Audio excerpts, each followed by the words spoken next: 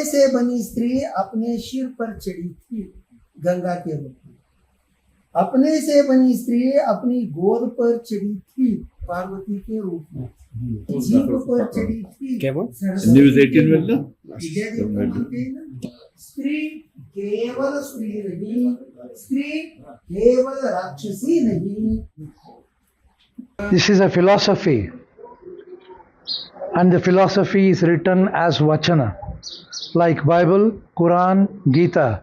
This is a very important philosophy which we are translating into many languages, and now we are in Kashmir for the translation of Nepali language, because the friends have come from Assam, Karnataka, as well as from Kashmir.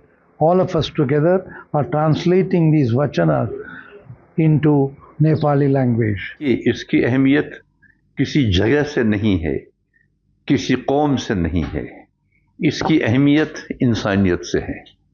ये पैगाम है इंसान के लिए, इंसानियत का पैगाम है। ये वचना जो 12वीं सदी में बसवेश्वरा ने जो काम शुरू किया और अपने साथियों को लेके, नहीं हुकूमत उस ज़माने में भी लोग करते थे, तो बसवेश्वरा वॉज डिफरेंट। उसने हुकूमत छोड़ दी, आम लोगों में मिल गया और आम लोगों को समझाने लगा कि तुम क्या हो, जो तुम्हें लोग समझते हैं वो तुम नहीं हो, तुम कुछ और हो, उससे बहुत बाला, उससे बहुत ऊपर, तुम्हारा दर्जा बहुत बुलंद है। इस तरह से डिग्निटी ऑफ लेबर को, dignity of women, value of labour, childrens rights, right to education, right to awareness, पहली बार अगर किसी ने इंसान को इस तरह से समझाया मुनज़्ज़म तौर पे, इट वाज बसवेश्वरा और उसके साथी। दोस्त से एम कलबुर्गी, उसने बहुत काम किया इस पे। और मेरा एक साथी था मैसूर में, किकेरी नारायणा, वो गा के पढ़ता था। मेरा पीए था वहाँ, राम वेणुगोपाल भी गा के पढ़ता था। उन्होंने मेरे कानों में ये डाल दी। इस तरह से मैं इनके करीब हो गया। फिर जब मैंने कश्मीरी का एडिट किया, डोगरी का ट्रांसलेशन करवाया, मैंने अचानक इनसे कहा कि ये हम क्यों रखेंगे अपने पास ही? अगर हमारे घर में कोई अच्छी चीज़ है, इसको बाहर के लोग भी देखें। हम इसको फॉरेन कंट्रीज़ के लिए, फॉरेन लैंग्वेज के लिए, फॉरेनर्स के लिए जो हमसे दूर हैं, लेकिन इंसान वो भी हैं, इंसान हम भी हैं।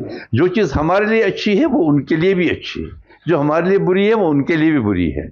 इस तरह से हमने शुरू किया फॉरेन लैंग्वेज का। और पहली लैंग्वेज जिसमें हमने इसको छापा, इट वॉज अरबिक, और उसमें कश्मीर के कुछ लोगों ने काम किया।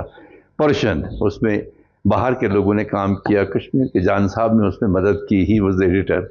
इस तरह वहाँ से शुरू करके फिर हमने फ्रेंच और चाइनीज़ जो तैयार हो रहे हैं, और यहाँ इस वक्त नेपाली की वर्कशॉप हो रही है। असल में हमने ये वर्कशॉप यहाँ इसलिए की ताकि लोग जो हैं इनको भी ये फील मिले कि कश्मीर में जो लोग हैं वो हमसे मुख्तलिफ नहीं हैं, उनका भाव हमसे मुख्तलिफ नहीं है, उनके सींग नहीं है, चेहरा रखते हैं, माथा रखते हैं, वो भी झुकते हैं, वो भी सीधे खड़े होते हैं। क्योंकि लोगों को गलतफहमियाँ होती हैं कि पहाड़ के लोग शायद सीधे नहीं होते या मैदान के लोग शायद ठीक नहीं होते। इस तरह से मुख्तलिफ जगहों पे ये वर्कशॉप्स करके, इसका पहला वर्कशॉप हमने नेपाली का किया बिस्वनाथ में, बिस्वनाथ आसाम, और वहाँ से संजीव जी को हमने लिया, वो उपाध्याय संजीव जी जो एडिटर हैं इसके नेपाली के, आप उनसे बात करेंगे। तो उन्होंने भी इसको लाइक किया। जब मैंने उनको ये सुनाए वचना हिंदी में समझाने की कोशिश की, अरे इट्स वर्थ इट, हम करेंगे। और उन्होंने एक टीम जो चुनी, ये यहाँ की वर्कशॉप जो है कंक्लूडिंग वर्कशॉप है, और मुझे उम्मीद है कि अगस्त में ये छप जाएगा नेपाली, और सितंबर में ये रिलीज़ होगा बंगलोर में, और उसके बाद देखेंगे बाहर कहीं और भी। और दूसरी लैंग्वेज जो वहाँ हमारा कर्नाटका में काम चल रहा है, उज़्बेक पे काम चल रहा है, प्रोफेसर उल्फत कर रही है वहाँ अपनी टीम के साथ ताशकंद में। तो ये सब काम हो रहा है और धीरे धीरे तमाम लैंग्वेज में आ जाएगा। और कश्मीरी और डोगरी का मेरे ख्याल में अब 7-8 साल हो गए उसको छपे हुए, और ये पता नहीं मुझे कश्मीर के लाइब्रेरीज में इन्होंने पहुंचाया कि नहीं, या पहुंचने दिया कि नहीं। कभी कभी ये होता है कि सच्चाई के सामने लोग भी आ जाते हैं कि न फैले, लोग न देखें, लोग न समझे। तो इस सच्चाई को सिर्फ अपने आप से को नहीं बताना होता है, बल्कि कहीं कहीं उन रुकावटों को भी देखना पड़ता है जो उसके आगे आकर के उसके बारे में गलतफहमियां फैलाते हैं। ये बहुत ही नेक काम है और इंसानियत का काम है। इसमें किसी मजहब से इसका टकराव नहीं है। और किसी भी फेथ से इसका टकराव नहीं है। तो ये है यानी इसका लुभाव। और ये आप नेपाली में भी सुनेंगे एक दो, ज़रा सा आप भी लुत्फ़अंदोज़ होंगे। और कश्मीरी हमारे पास है, उर्दू हमारे पास, हिंदुस्तान की तमाम लैंग्वेज में हो चुका है।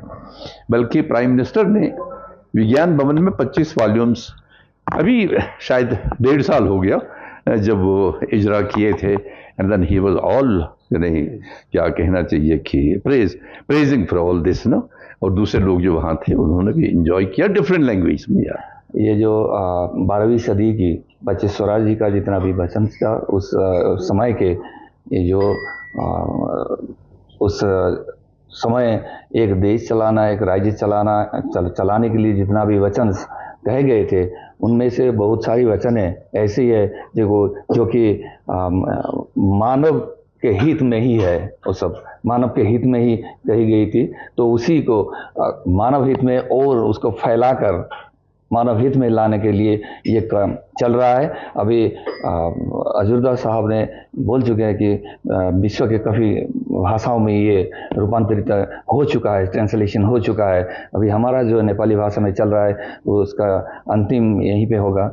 ये कल तो हम ये सर नेपाली में इसके अनुवाद से? जी हाँ, आप संतुष्ट हैं नेपाली में? जी हाँ, क्योंकि ये काफ़ी बड़ा वॉल्यूम है, 2500 यहाँ पे वचन है। तो बच्चे सारा का वहाँ करीब 21,000 22,000 वचन से चुना हुआ जो मानव हित में लग सकते हैं, वो ऐसा वचनों को यहाँ पे सिलेक्ट करके ये जो वॉल्यूम निकाला गया है उसमें से जितना भी हम अभी ट्रांसलेट कर रहे हैं काफ़ी संतुष्ट हैं। और हमारी जो टीम है, टीम वर्क है, एक हम 5 है, अर्जुन जी है, देन हमारे पूर्ण कुमार शर्मा जी है, अंजन भास्करा जी है, कृष्णा जी है, तो हम खुद ही हैं वहाँ पे ट्रांसलेशन पे लगे हुए हैं। 5 लगे हुए हैं और इसका ट्रांसलेशन कंप्लीट हो गया है। फिर हम थोड़ा रिवाइज करके देख रहे हैं कि इसको और ताकि निखार सकें इसको, ताकि मानव के हित में और जा सकें, इसके लिए हम अभी डट रहे हैं। ये कल तक चलेगा ये।